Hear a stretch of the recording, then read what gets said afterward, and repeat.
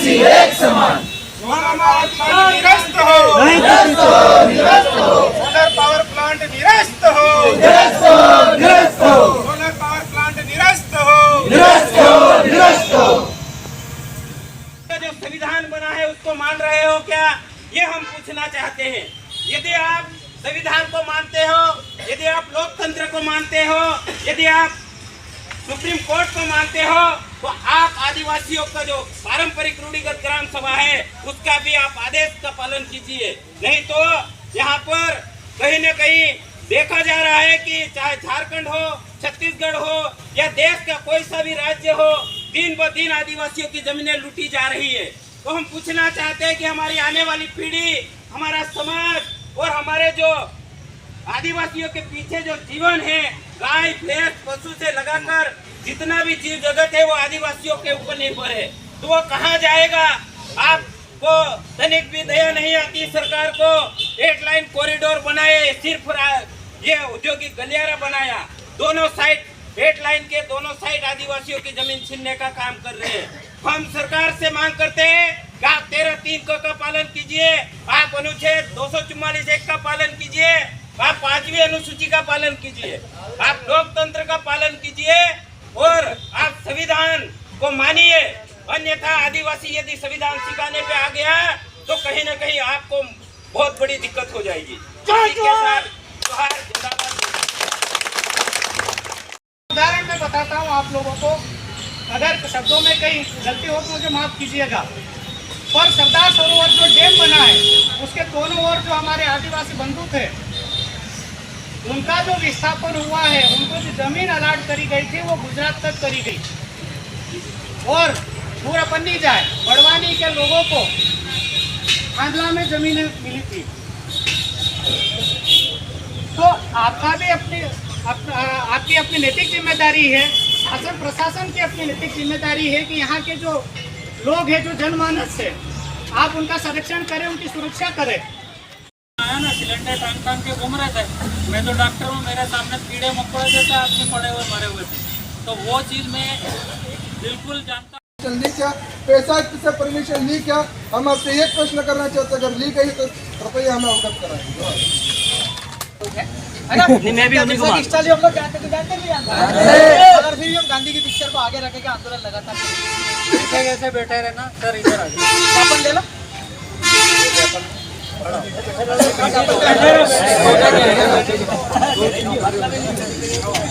Solar park लगाने की तैयारी है, इसको फायदा आदिवासी को है या नहीं ये सबको पता है। ये व्यापार करने वाले कॉर्पोरेट लोग हैं, वो अपना बेनिफिट लेने के लिए आदिवासी इलाके में लगातार अवैध तरीके से जमीन हड़प रहे हैं, जमीन खरीद कर रहे हैं, उद्योग लगाने की लगातार तैयारी कर रहे हैं। 2022 के पहले से ही लोग इस पर देख रहे हैं, हमको भी पता चल पा रहा है। ऊर्जा विभाग तत्कालीन जो है वो प्रमुख सचिव, उनने कलेक्टर को चिट्ठी दी। फिर अभी रिसेंटली 8वें महीने में अगस्त में भी कलेक्टर को चिट्ठी आई। ऊर्जा विभाग के अवर सचिव ने ये लिखा है कि आप जो जमीन आवंटित करो वो है 12,726 बीघा जमीन है। 12,726 बीघा जमीन मांग रहे हैं आदिवासियों की जमीन, और हेक्टेयर पड़ेगी 2,121 बीघा में 12,726 से ज़्यादा बीघा है। इतने ज़मीन लेने की तैयारी चल रही है। तो ये सारी अनुसूचित इलाके की ज़मीनें हैं। जागवापुरा जिला शेड्यूल एरिया जिला है, अनुसूचित क्षेत्र है। पार्लियामेंट के सारे कानून सीधे तौर पर यहाँ लागू नहीं है, यहाँ पैसा लगता है और भारत के संविधान का 13 लगता है, रूढ़िगत परंपरा यहाँ पर लगती है। पैसा कानून का उल्लंघन हो रहा है, लोगों को बिना पूछे जमीन आवंटित करने की प्रक्रिया चल रही है। आज विरोध प्रदर्शन सारे लोग आए हैं, पुरजोर विरोध करते हैं कि हम किसी भी कीमत में हमारे इलाके में सोलर पार्क 6 ग्राम पंचायत है खांडला की और 3 या 4 है पेटलावत की। हम आपको एरिया रकबा बता रहे हैं, हम लोग 12,726 से ज़्यादा बीघा जमीन इसके अंदर लेने की योजना आवंटित करने की मांग रहे हैं। हम इसके विरोध में सर, जो विरोध कर रहे हैं जो सरपंच है वो खुद भी आए थे क्या इस कार्यक्रम में? 6 के 6 सरपंच यहाँ पर हैं। तो सर क्या लगता है ग्राम पंचायत का निर्णय आपको ऐसा लगता है? पूरे मध्य प्रदेश में फर्जी तरीके से ग्राम सभाएं चल रही है। 4-5 लोगों को बेवकूफ़ बना करके, उनको झांसा दे करके और नियम के विरुद्ध, कानून के विरुद्ध में ग्राम सभाएं में कुछ प्रस्ताव पारित किए जाते हैं। इस प्रकार की जो भी अधिकारी हरकत करते हैं उनके खिलाफ हम लोग लगातार सर आने वाले दिनों में अगर सुनवाई नहीं रही और ग्रामीण आदिवासी ये जो 8 लेन एक्सप्रेस है इसको जाम कर दिया जाएगा। अभी परिवहन कम है, इसको भी जाम करेंगे। रेल की पटरी पूरी बैठे हैं लेकिन शांतिपूर्वक होगा सब।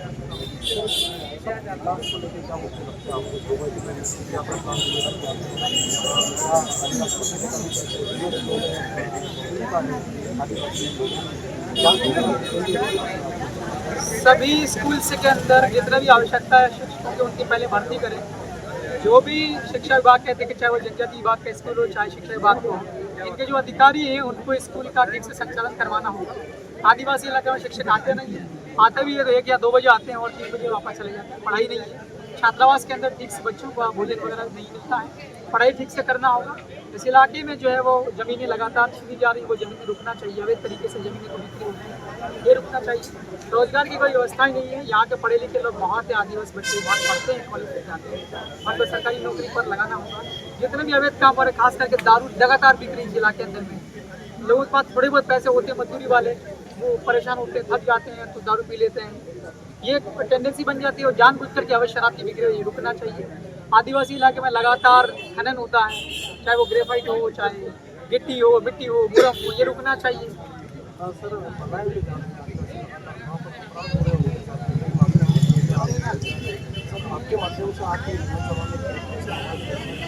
हम विधायक होने के नाते मध्य प्रदेश विधानसभा के अंदर लगेगी तो हम लोग ये वो प्रवास करने, हम लोग जो मजदूर प्रवास पर जाते हैं दूसरे जिले में, दूसरी जगह, दूसरे राज्य में, उनके लिए क्या बेहतर सुविधा हम लोग दिलवा सकते हैं। सरकार से हम लोग बात करके मांग रहे हैं और जरूरत पड़ी तो लोगों के साथ, मजदूरों के साथ हम लोग आंदोलन भी करेंगे।